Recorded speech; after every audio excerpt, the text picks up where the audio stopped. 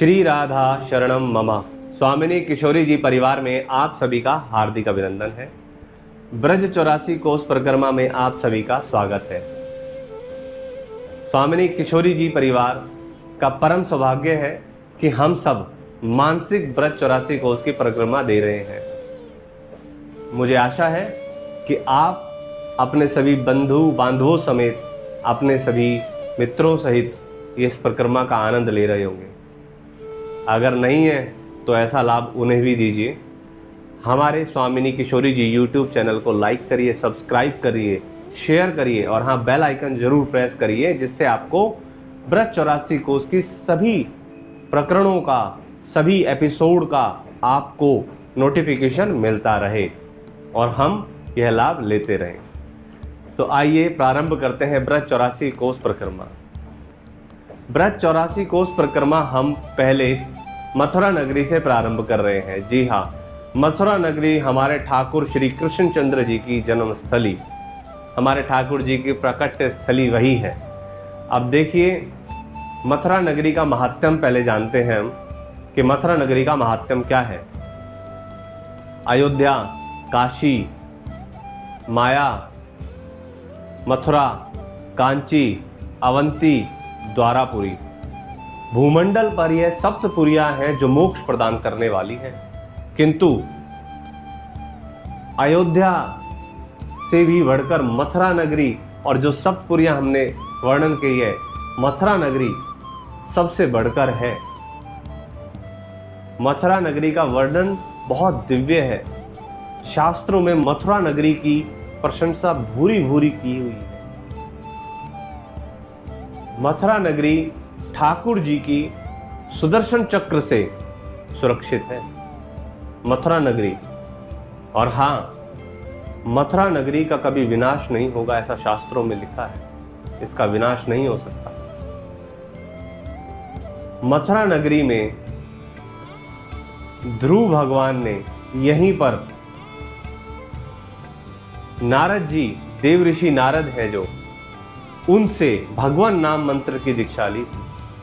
यहीं पे ही यमुना जी में ध्रुव घाट है, वहां उन्होंने स्नान किया था और तत्पश्चात उन्होंने नारद जी, देव ऋषि नारद जी से दीक्षा ली थी। मथुरा नगरी की महिमा देखिए आप, महात्म कितना अच्छा है। यहीं पर ही अम्बरीश जी का टीला भी है। अम्बरीश जी की कथा है कि वह जब एकादशी व्रत का द्वादशी को पारण कर रहे थे, तब महर्षि दुर्वासा, जो दुर्वासा ऋषि थे, उनसे अपराध बना और प्रभु के सुदर्शन चक्र ने दुर्वासा ऋषि जो थे उनका पीछा किया। अब दुर्वासा ऋषि समस्त लोक में घूमते रहे, हर जगह, हर देवताओं के पास गए, परंतु दुर्वासा ऋषि को कहीं भी ठोर नहीं मिली, जगह नहीं मिली।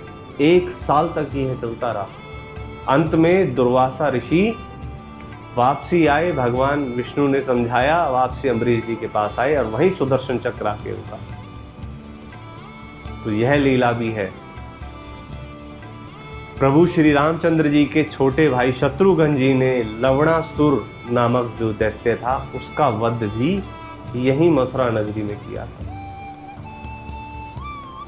मथुरा नगरी में एक एक पग, कहते हैं एक एक पग रखने से, एक एक पग आगे चलने से अश्वमेघ यज्ञ का फल प्राप्त होता है। इतनी महिमा है मथुरा नगरी, कितना दिव्य है मथुरा नगरी। ठाकुर जी हमारे जिनकी जन्म स्थली है वह मथुरा नगरी।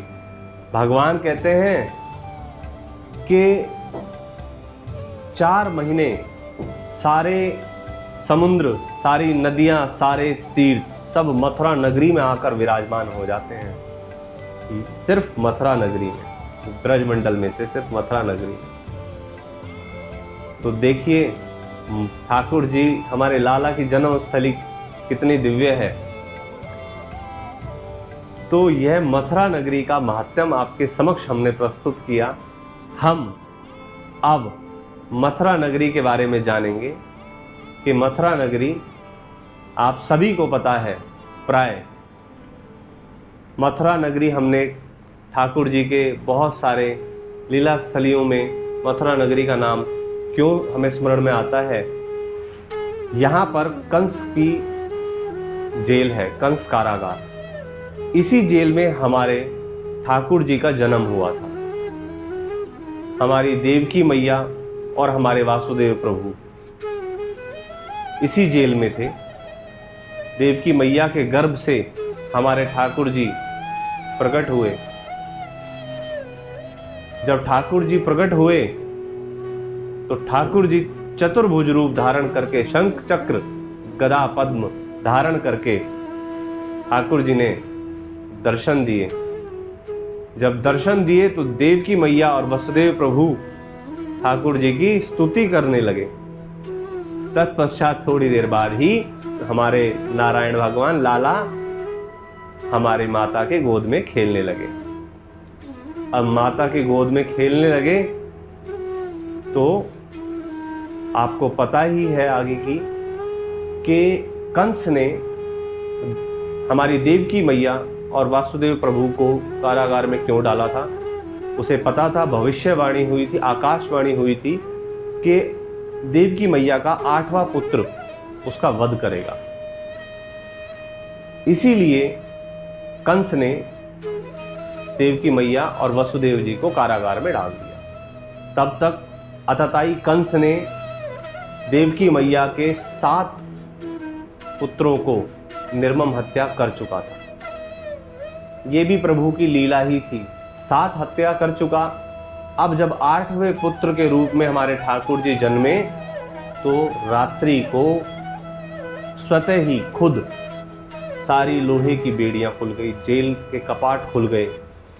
सैनिक जो थे कारागार में सब सो गए, सब निद्रा में चले गए। हमारे वासुदेव प्रभु ने लाला को उठाया और सर पर रखकर चल दिए। बारिश होने लगी। यमुना मैया पूर्ण उफान पर थी। अब यमुना मैया से जब बाबा गए तो यमुना मैया चरण स्पर्श करने के लिए पूर्ण रूप तक आ गई। तो यमुना मैया ने हमारे लाला के चरण स्पर्श किए। तत्पश्चात शेषनाग, जब बारिश हो रही थी तो वह आ गए हमारे लाला के ऊपर उनकी रक्षा करने के लिए। हमारे वसुदेव प्रभु पहुंचे और हमारे जो वासुदेव प्रभु ने अपने लाला को नंद भवन में विराज दिया। वहां पर जो यशोदा मैया के एक पुत्री उत्पन्न हुई थी तो उस पुत्री को उठाया और पुनः जेल में आ गए। अब कंस आया, कंस को लगा 8वां पुत्र है। उसने उठाया और ज्यों ही उठाकर मारने के लिए फेंकने लगा, वह कन्या उठी और अष्टभुजा धारण कर कर उसको दुत्कारती हुई आकाश मार्ग में चली गई। यह लीला थी। अब यह लीला होने के बाद हमारे ठाकुर जी की बाकी की लीला आप सभी को पता है कि हमारे ठाकुर जी किस प्रकार से उन्होंने जगह जगह अपनी लीलाएं करी हैं। उस सब का वर्णन हम आप सभी के समक्ष करेंगे। किन किन स्थानों पर करी, क्या क्या महात्म्य है। तो यह मथुरा नगरी की और हमारे ठाकुर जी की जन्म स्थली है, वहां का हमने आप सभी के समक्ष वर्णन किया। आशा करते हैं आपको इस परिक्रमा में अवश्य कुछ न कुछ लाभ मिल रहा होगा।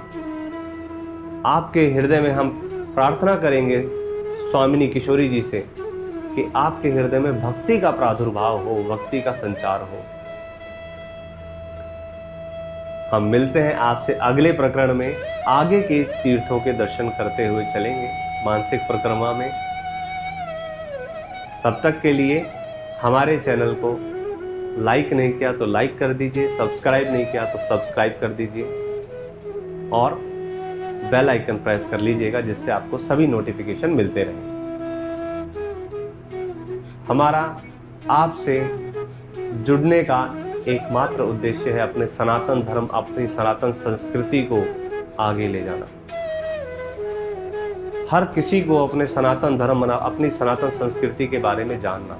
सनातन धर्म, सनातन संस्कृति बहुत गूढ़ है, इसी से ही सबका उद्गम है। तो जानिए भैया, अपनी सनातन संस्कृति को समझिए। मिलते हैं आपसे अगले प्रकरण में, मानसिक परिक्रमा के अगले एपिसोड में आपसे मिलेंगे। तब तक के लिए जय जय श्री राधे।